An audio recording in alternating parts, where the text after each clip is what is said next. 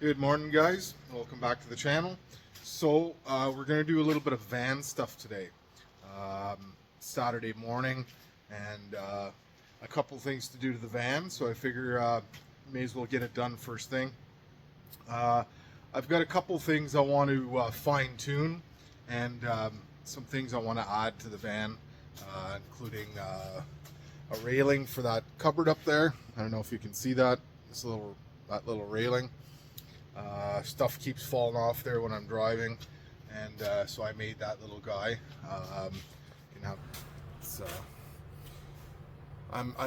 It's gonna be a little bit shorter than what it is now.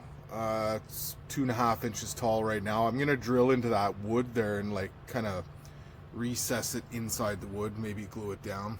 Still a mess in there from the last camping trip. I'm gonna tidy that up as well. But we're also going to put some new shocks on the van. I got some Rancho shocks. Hopefully they fit. Van's got a lift kit. These are supposed to be compatible with up to 1.5 inch lift, I believe. There's 2 inches lift, so I'm not sure if it's going to work. If it doesn't work, we're just going to make some brackets to make it work. So they're going to go on there one way or another. And also going to do some investigating the cooling system.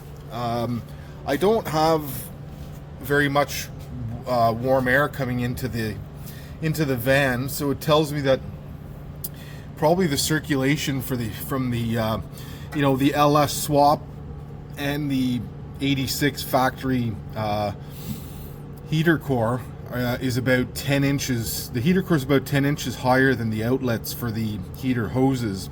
So I'm wondering if that might be part of the problem, like an airlock in there. Almost guaranteed there's an airlock in there. So I'm not really sure how I'm going to deal with that yet.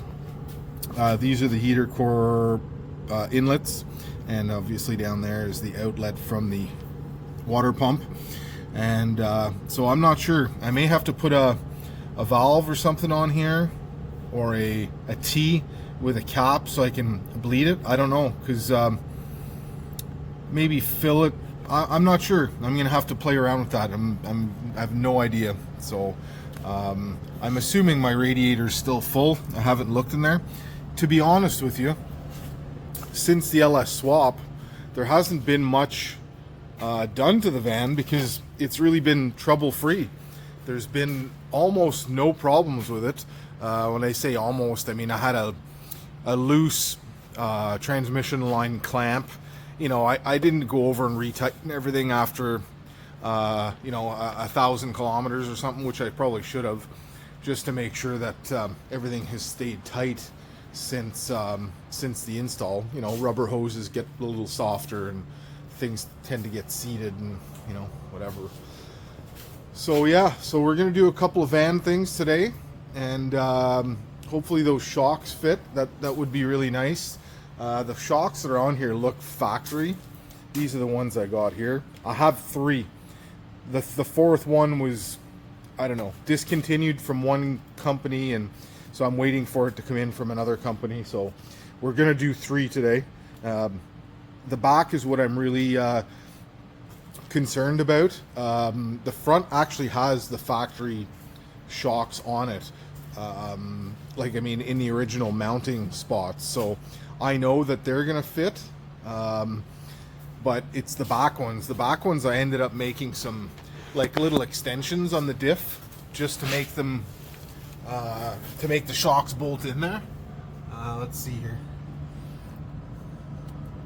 See, I lengthened the bracket on the diff just to make it work. So I'm not sure if these ones I'll be able to eliminate that bracket,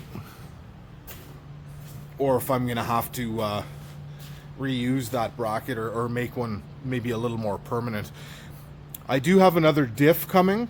I wanted to take this diff out and kind of go through it, change bearings and seals, and just kind of do a real good inspection on it. And I just hate having the van down for any length of time. I use it so much that I decided that I'd shop around for a used diff and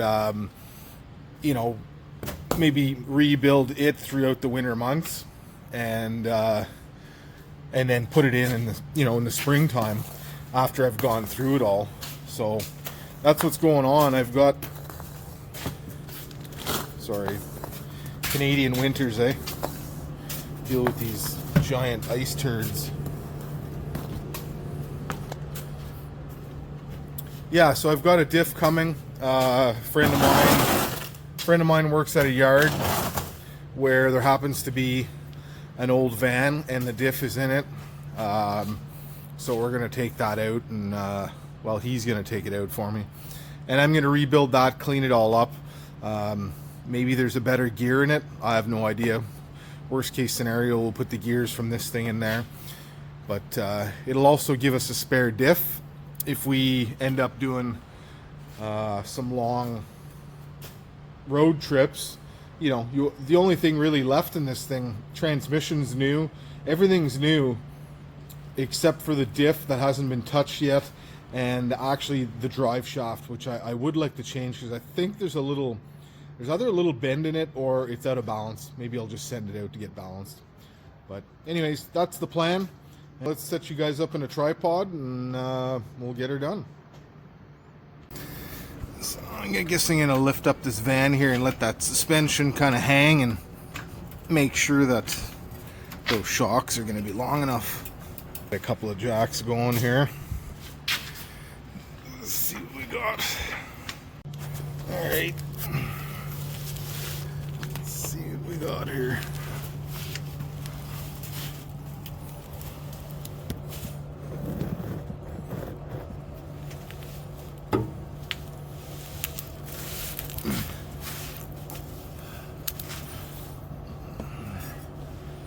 Way up there.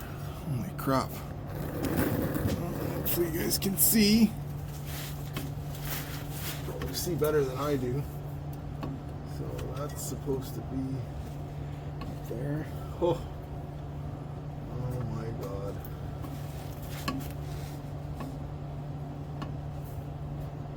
Yeah, we're gonna be okay. It's just, but it's gonna be all right. So that's good. I'll be able to eliminate this bracket here that I made when I put the lift on the van. It's been bugging me, because if that breaks on a trail somewhere, I don't even know what's holding it on there. I think I just tacked it on. So yeah, we should be okay. Probably my biggest struggle filming for YouTube is setting up camera angles. I don't know. I'm a get her done kind of guy, so I tend to just dive in and then I forget that other people are watching. A couple of people anyways. There isn't too many of you, but I don't care. I'm still filming it, so take that. Anyways, that's what we're working on right there. Gonna take those bolts out. The bottom one's the factory one. Top one's threaded rod I put in when we did the lift kit video. And top one's factory. So we're gonna eliminate everything and then just put the bottom bolt in and the factory top bolt. So that's what we're doing. We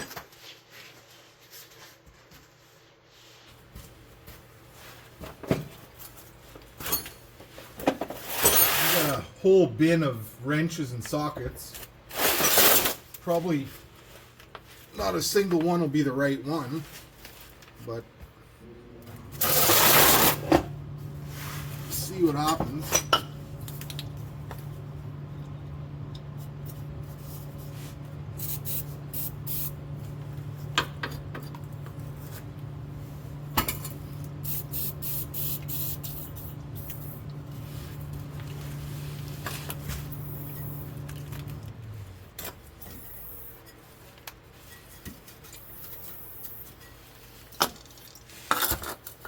Probably nothing's been out since '86, so should just come right out of there, I guess, eh?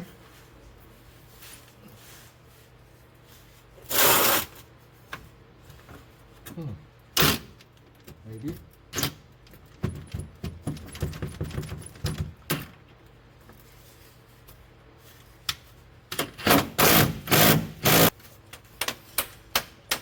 Came right out.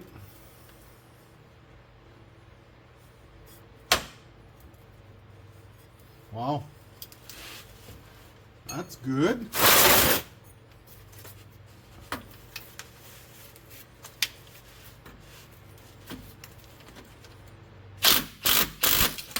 that.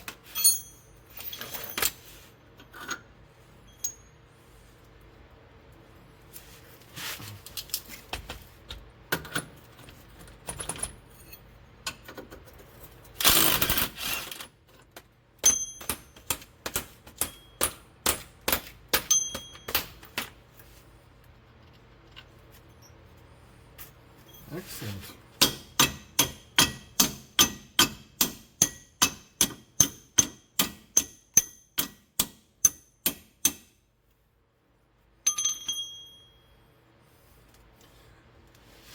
Better get a hammer.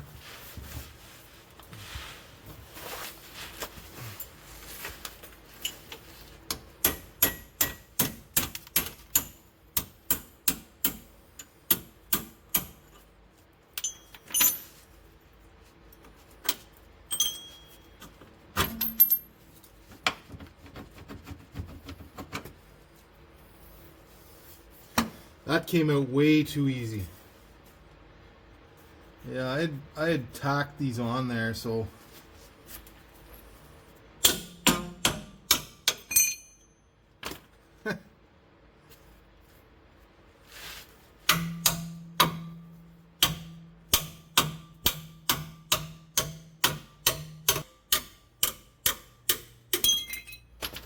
lightly tacked, very lightly.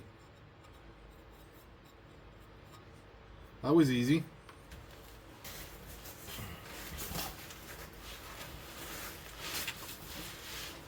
I'm really surprised these didn't break off in those trails, because that didn't take any effort to remove from there.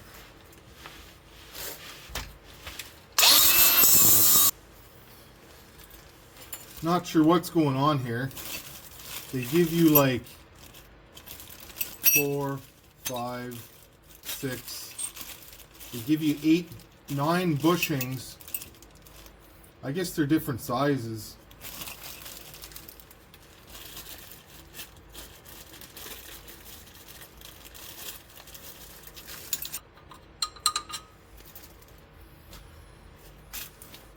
They give you a whole bunch of them, but none of them are right.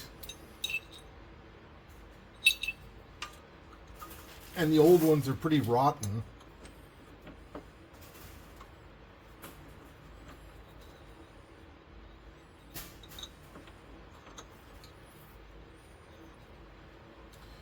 Okay, I'm gonna have to go and work on this.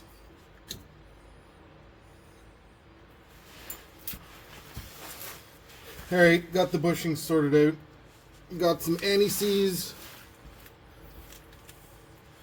And we're going to put this back together.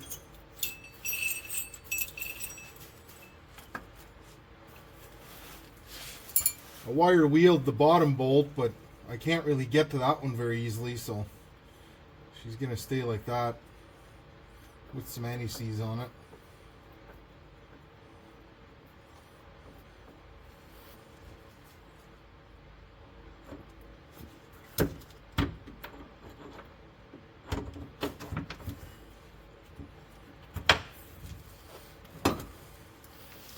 Definitely a little tougher than the factory shock.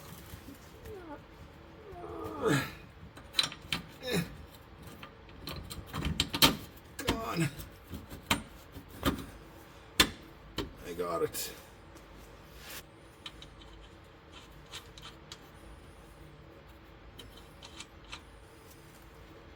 Pretty sure this one went up there.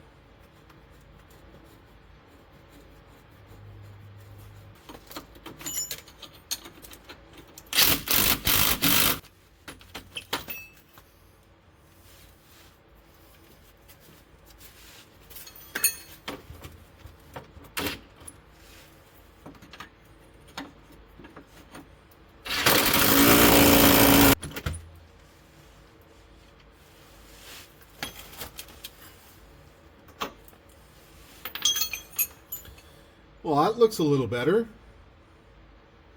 The only shiny thing on the van. Well, that's definitely a big improvement. So we got that bracket eliminated, which is really good.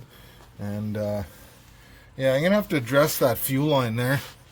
There's like a return right there. The return and the vent they look like they're a little wet, so I have all the stuff at home to make new steel lines, so I'll probably do that at some point. But all right, I'm gonna do the same thing on the other side. There, that's better. It's drippy season. Dripping all over you when you're working.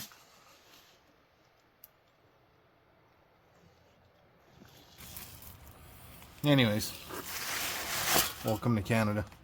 There's so the water, anybody who's got a van knows this, but or a vandura, that's like the gutter drips off of there. The way I park in my laneway, the water kind of runs off this corner of the van here, ends up in the door jamb here, and then a layer of ice forms in here, and then you can't open the door, or rips your weather stripping off like that.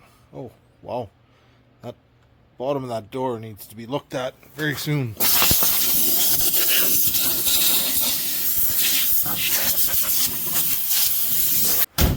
So I figure we'll put the one front shock on the driver's side, well, because that's where I sit, and the beardless one doesn't always come along for the adventures, so she's gonna get the rough ride. Not that kind of rough ride, well, maybe, but she's gonna get the rough ride in the van until we get the new one. This should be straightforward. Now I just jinxed myself. 2 bolts. These shocks don't have very much travel. I'm sort of surprised by that. There's I don't know, 6-8 inches of travel. You can get the specs online. I forget. I did read them, but it's not a lot. So we'll just buzz these out of here.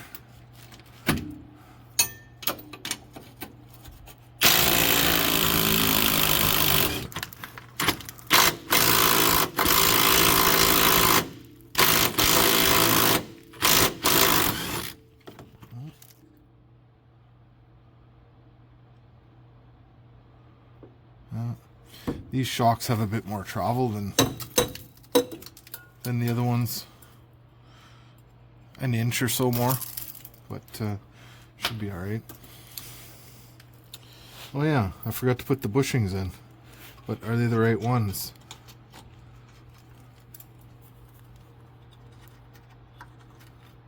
Good up there. Down here. Well, we can spread these ears a bit though. Who knows if they've probably been spread around a few times. Yeah, there we go. So that'll be fine. I didn't put them in the shocks yet. I'll do that now.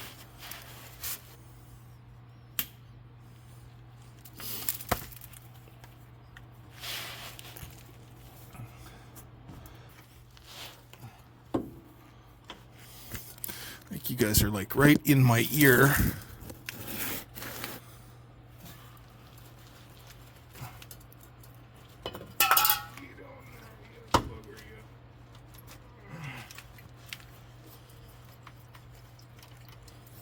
Okay.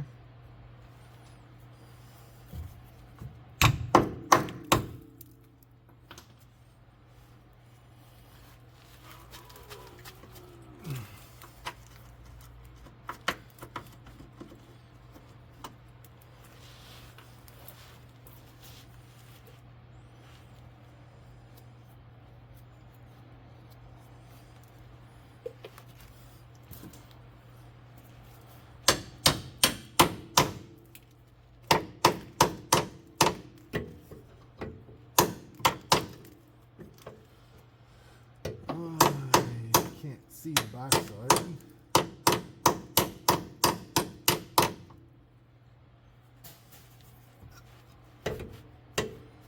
We'll get the bottom one in and then we'll figure that out.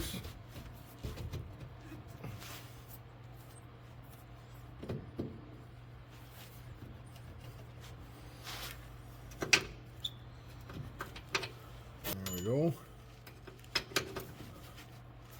Make sure that'll go in there. some Tin Man on there.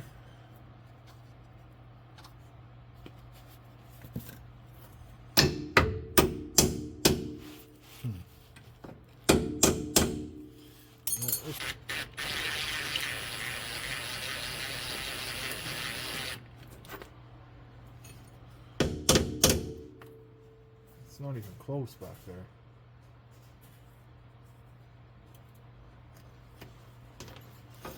Come on.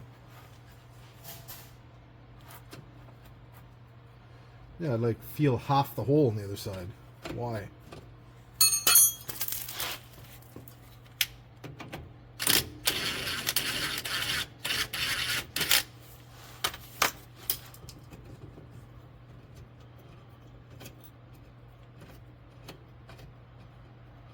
This is where you get covered in anti-seize.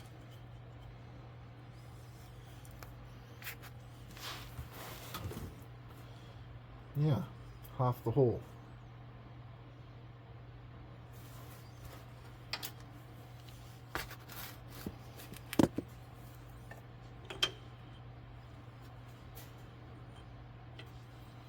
Rather go from this side and have the nut on the other side, but it's going to be easier to deal with. That's weird.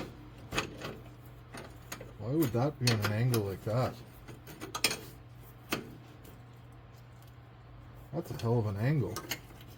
I don't know if you guys can see that, but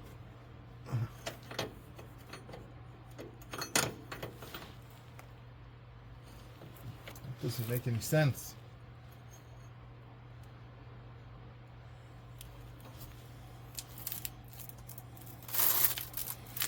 Yeah, I can see that the old shock, it's on a pretty serious angle. I don't know why they would do that, but not really sure other than forcing it in there, which, don't get me wrong, I will do.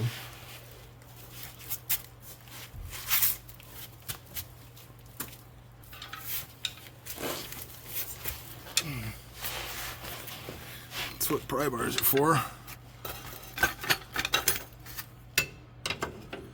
There's probably a right way to do this.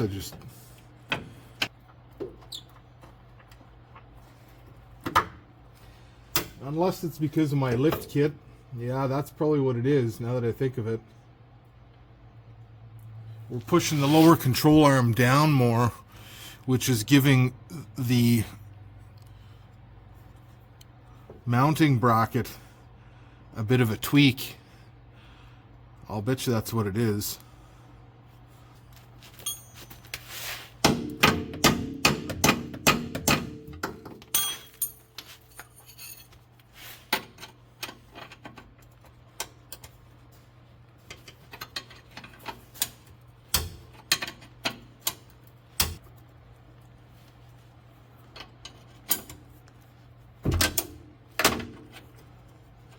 Yeah, I'm assuming it's from the angle, the extra angle from the lift, that's happening. I'm not sure. Definitely easier to get one side started first. The top one's, you can't see it, so you may as well get it lined up and then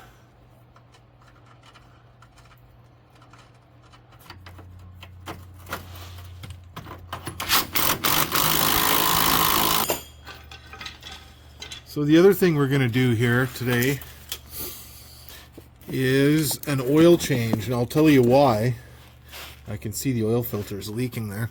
One thing is that when I put this thing all together, I fought with dipsticks. There's some of that in one of the videos there. I ended up getting one to work out, but the full level on the dipstick is not actually the full level of the engine. So what I'm going to do is change the oil, because it's been a year, and change the filter as well. Put some fresh oil in there, and then we're going to actually adjust the dipstick. I'm going to knock the pin out of it and cut it down a bit, and set it so that it reads accurately. All right, oil change is done. I didn't, film that because you guys have seen that before. best part of getting new parts, some stickers. I never got many in school, but I get to have as many as I want now. I accidentally bought synthetic. I don't normally do that. Now this thing's going to be spoiled. I don't believe in that whole synthetic thing. Fine if you use it from a brand new, fresh engine with synthetic its whole life, it might do something. I don't believe it does anything to an old engine that's already been pounded on for years. The oil fill for this being an LS, it's a little tricky to top it up. I mean, I could come up with some kind of system using the old big snorkel that the original small block, but I just carry a hose and one of these funnels, and it's no big deal. Just don't be caught the side of the road with like a major oil leak and having to top it up or something without that hose, because you could probably get a quart in there, but you're not getting one of these 5-liter jugs or 5-quart jugs or whatever you want to call them. Okay, so we're gonna fire it up, I guess, and we'll check the level and see what it reads, and we'll see how much we have to shorten the dipstick by. Not sure if you guys can see that, but it's either burning a bit of oil or I didn't put enough in there when we swapped it. I may have only put 5 liters in it, but I read today that it's actually 6 quarts, or roughly 6 liters. Way in there is the dipstick. You know, it's a ways back. Yes, I could make a better setup than that, but it doesn't bother me to reach in there to grab it. You know, check it every once in a while. It's not a big deal. But maybe one day. It's on the to-do list, just not the to-do right now. You can see it's not crazy to reach in there. It's only about, you know, a foot inside that, under the hood there. It's, geez, I'm not even sure if it's worth cutting it down for that. Like, it's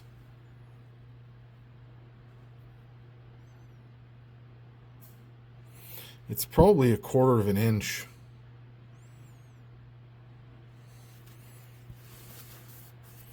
It's about 1/4 of an inch over full when it's actually full. And if you look right here at the dipstick, there's these little rivets here, and you can either take those out, or right at the top here, that little hole you see there, you can knock that pin out and drill out the new one. You know what? Maybe we'll do it. We're here. Let's just knock the pin out and shorten it by 1/4 of an inch. It's not a big deal, and that way we'll be bang on accurate. Let's do that. Okay, there's a tiny little pin in there.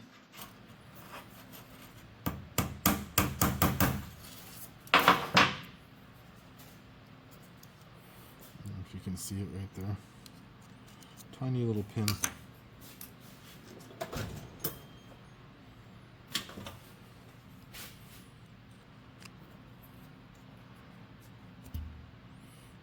Wee little thing. Don't lose it, because you'll never find that. And if you slide the dipstick out, you have a hole there. So I measured it was about 1/2 an inch, not 1/4 of an inch difference. So what I'm going to do is measure 1/2 an inch up, put a little punch mark, and then I'll be able to cut it off, re-drill it, and then cut it off. That's the only thing about dipstick material, is it's stainless, or really, really hard machine.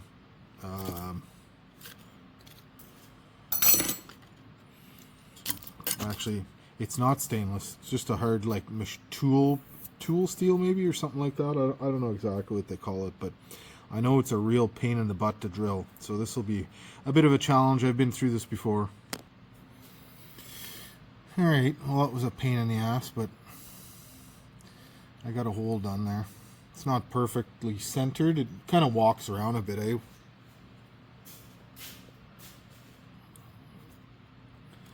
Just got to get this lined up with that.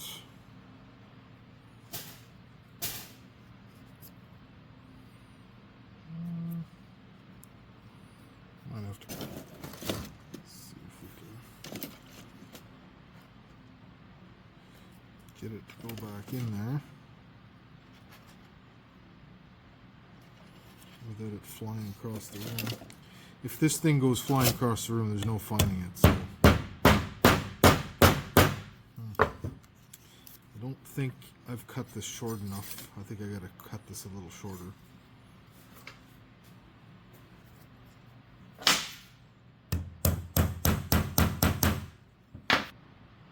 Pins back in there. I'll push it through a little more with the punch probably.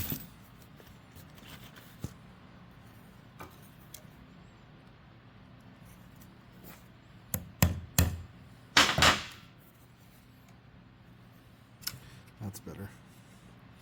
Good. Dipstick's fixed. That's been lingering around, kind of driving me nuts there for a year or so.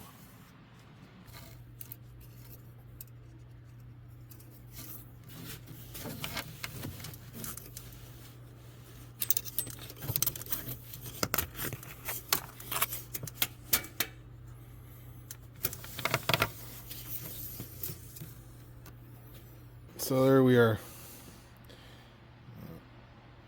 I don't even know if you guys can see that, but we're right on the full line now. So that's it. That's fixed now.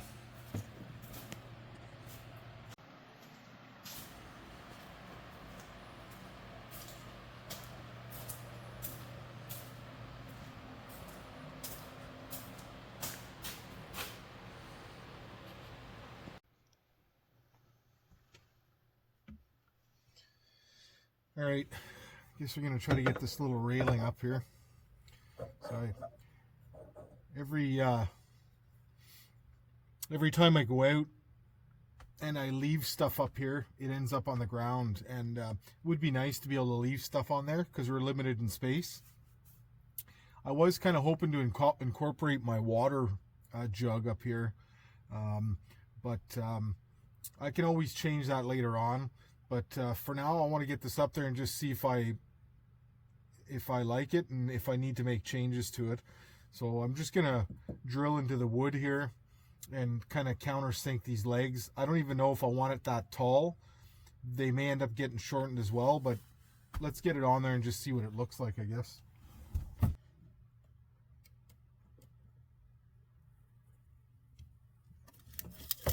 Okay. I figure we'll drill right down until we hit the aluminum down below.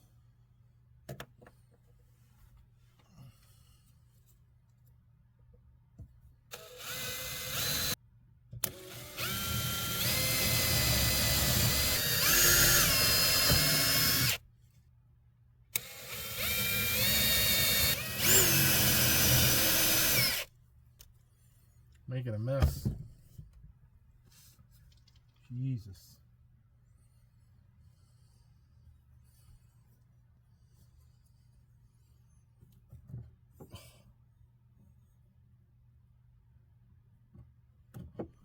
Well, I messed that up. The hole is way smaller than this. Isn't. I measured wrong. Son of a bitch. I just assumed that was 1/2 inch round bar. That was really stupid. 3/8 round bar. Oh well, I can use something to fill it.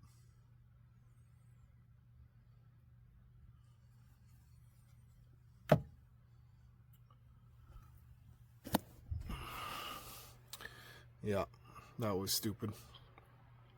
Should have measured a little closer. Anyways, this is too tall. I don't want it that tall. So I'm going to shorten those and then figure this out. Well, that looks all right. I buggered up the holes a little bit, but nobody's going to know that.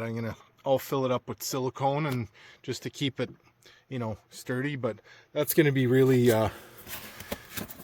really helpful when you got stuff up here and, you know, you take off, it's not going to fall off. So, you know, that had to happen. It was, you know, you always had to remember to take the stuff off of there. And I have a memory like a mouse, so I don't usually remember to do that. And this works out perfectly. And it looks good too. I'm happy with that. Alright, I got a little bit of silicone on there. Filled in the gap a bit there and should be alright. Bungee cord will hold it down till it dries. Good enough. Oh boy, so much stuff in here. So I'm just giving it all a good cleaning. You can see that, you know, the summer's worth of camping there's taking its toll. So pulling everything out, giving it a cleaning while I'm here. Why the hell not? And coming up with a longer and longer list every time I take something apart. But anyways, it needed it. Well, there's never-ending cleaning there going on. Well, there's definitely lots of stuff in here that you don't realize, you know. But I got it all cleaned out here. I guess you can't see too much in there. Let me get a light here.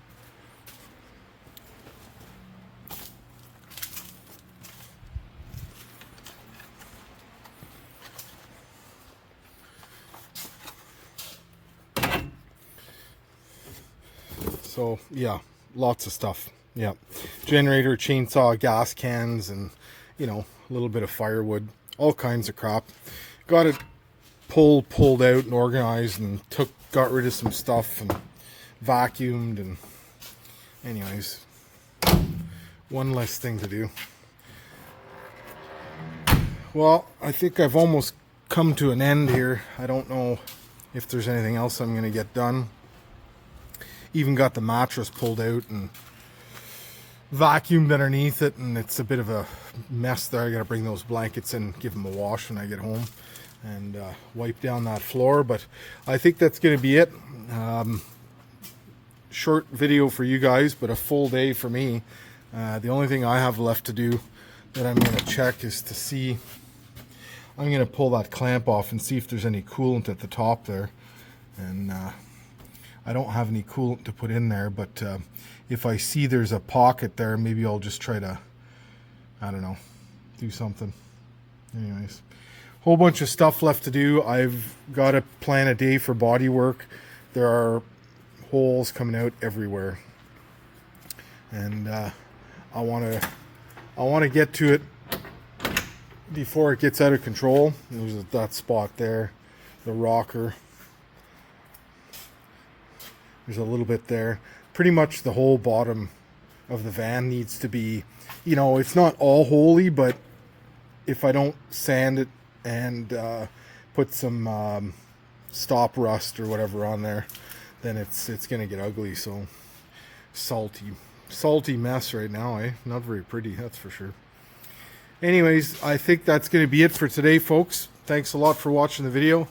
And this is the kind of stuff you like to watch. Well, come on back and we'll have more. But I see there's lots of people that are watching that aren't subscribed. If you guys don't mind, hit that subscribe button so we can grow the channel. I'm, you know, tiny little channel, but it would be nice to see it get a little bigger. And there's more camping adventures and van adventures coming up for sure. So, yep. Thanks for watching, and we'll see you guys on the next one.